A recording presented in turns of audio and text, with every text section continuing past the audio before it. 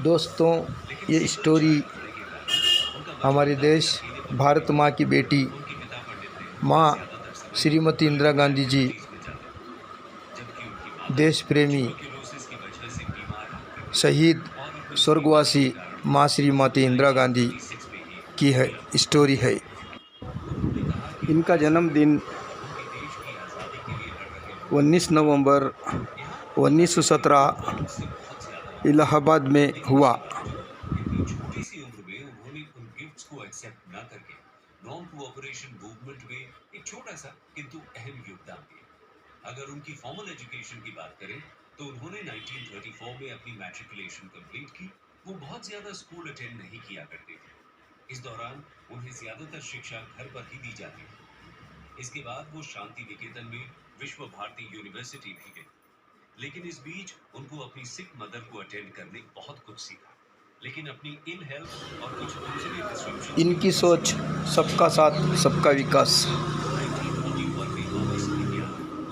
यहाँ आपको बता के द्वारा देश की नारी सबसे प्यारी श्रीमती इंदिरा गांधी माँ। ऑक्सफोर्ड यूनिवर्सिटी ने उनको ऑक्सेशियंस यानी एशिया के 10 इलस्ट्रियस ग्रेजुएट्स की लिस्ट में भी शामिल किया। तो आप देख सकते हैं कि उनकी फॉर्मल एजुकेशन कभी भी रेगुलर, इसलिए उन्होंने अपने आसपास के एनवायरनमेंट, अपनी ट्रैवलिंग्स और लोगों से बहुत कुछ सीखा। और इसमें पंडित नेहरू की भी एक अहम भूमिका रही। पंडित नेहरू अपने पॉलिटिकल कमिटमेंट्स के कारण ज्यादातर अपनी बेटी से लेटर्स के जरिए कम्युनिकेट करते थे। इन लेटर्स को उनकी इंडिया वापस आई। उस समय इंडिया में इंडिपेंडेंस चाचा नेहरू की लाडली 1942 में क्विट इंडिया मूवमेंट के लॉन्च होने से कुछ ही समय पहले फिरोज गांधी की पत्नी। शादी हो गई। इसके बाद दोनों ही फ्रीडम स्ट्रगल में बहुत एक्टिवली पार्टिसिपेट करते हैं। इस बीच दोनों कई बार जेल भी जाते हैं। इस दौरान इंदिरा गांधी को शास्त्री जी के नेतृत्व में काम करने का मौका मिलता है। इस एक्सपीरियंस से वो शास्त्री जी के नेतृत्व से भी बहुत इंस्पायर होती है। इन्हीं सालों में वो दो बेटों को भी जन्म देती है। 1944 में राजीव गांधी और 1946 में संजय गांधी का जन्म होता है। हालांकि वो अपने पॉलिटिकल एक्टिविज्म की वजह से अपने बच्चों को ज्यादा समय नहीं दे पाते, लेकिन इसके बावजूद उनके और उनके बच्चों के बीच एक स्ट्रॉन्ग बॉन्डिंग बनी। खैर, इसके कुछ ही समय बाद इंडिपेंडेंस की घड़ी करने के लिए पीस ट्रीटीज से लेकर रिलीफ कैंप्स आयोजित करती है। इस दौरान कई बार बात उनकी जान पर भी बनाती है।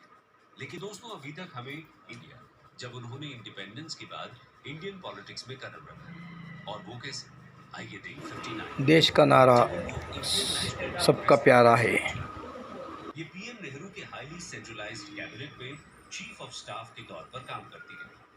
1964 में पीएम नेहरू की डेथ के बाद उनको राज्यसभा के मेंबर के रूप में इलेक्ट किया गया, लेकिन पीएम लाल बहादुर शास्त्री जी की भी डेथ हो जाती है।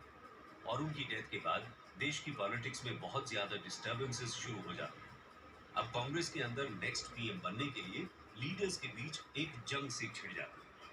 अभी तक इंडिया 2 वॉर्स उन्हीं की पार्टी का सपोर्ट नहीं था। यहाँ मोरारजी देसाई भी एक स्ट्रॉन्ग कैंडिडेट था कि मोरारजी देसाई पीएम ना बने, क्योंकि ऐसा होता तो कांग्रेस में इन सीनियर लीडर्स का रुतबा कम हो जाता। इसीलिए सिंडिकेट ने एक कॉम्प्रोमाइज के तहत मोरारजी देसाई की जगह इंदिरा गांधी को पीएम का पद दिला दिया। इंदिरा गांधी उस समय बहुत यंग, तो जैसा ये लोग कहेंगे वो वैसा वैसा करती जाएंगे।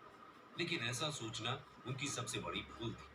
और इंदिरा गांधी ने पीएम का ताज पहना तो वो कांटों से भरा, को अपनी फूड सप्लाई के लिए आत्मनिर्भर बनना ही हो। इसी के चलते उन्होंने देश में ग्रीन रेवोल्यूशन लाने के लिए 1967 में इनिशियल स्टेप्स लिए, और उनके इस स्ट्रॉन्ग प्रोग्राम की बदौलत भारत कुछ ही सालों में इस सेक्टर में सेल्फ सफिशिएंट हो गया। लेकिन इसके बाद कांग्रेस दो हिस्सों में बंट गई। इसमें पहला सेक्शन है कांग्रेस आर, जिसको इंदिरा गांधी लीड करती हैं, और दूसरा है कांग्रेस ओ, जिसके लीडर मोरारजी देसाई बन जाते हैं।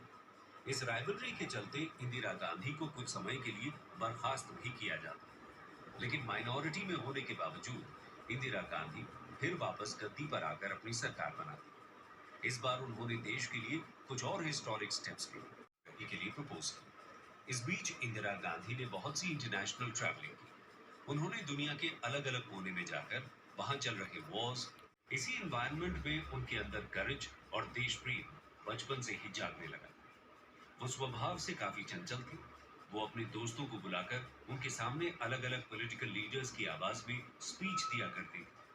बचपन में उनका नॉन कोऑपरेशन मूवमेंट में भी अपने स्तर पर ही जाना पड़ता था, इसीलिए उनके घर पुलिस का आना जाना लगा ही रहता था। इसी एनवायरनमेंट में उनके अंदर करेज और देश प्रेम बचपन से ही जागने लगा था। वो स्वभाव से काफी चंचल थी। वो अपने दोस्तों को बुलाकर उनके सामने अलग अलग पॉलिटिकल लीडर्स के कारण इस सब का असर इंदिरा गांधी पर भी पड़ रहा था। वो अपनी ऑटोबायोग्राफी माय ट्रूथ में लिखती हैं कि उनके पिता से मिलने कई बड़े बड़े पॉलिटिकल लीडर्स उनके घर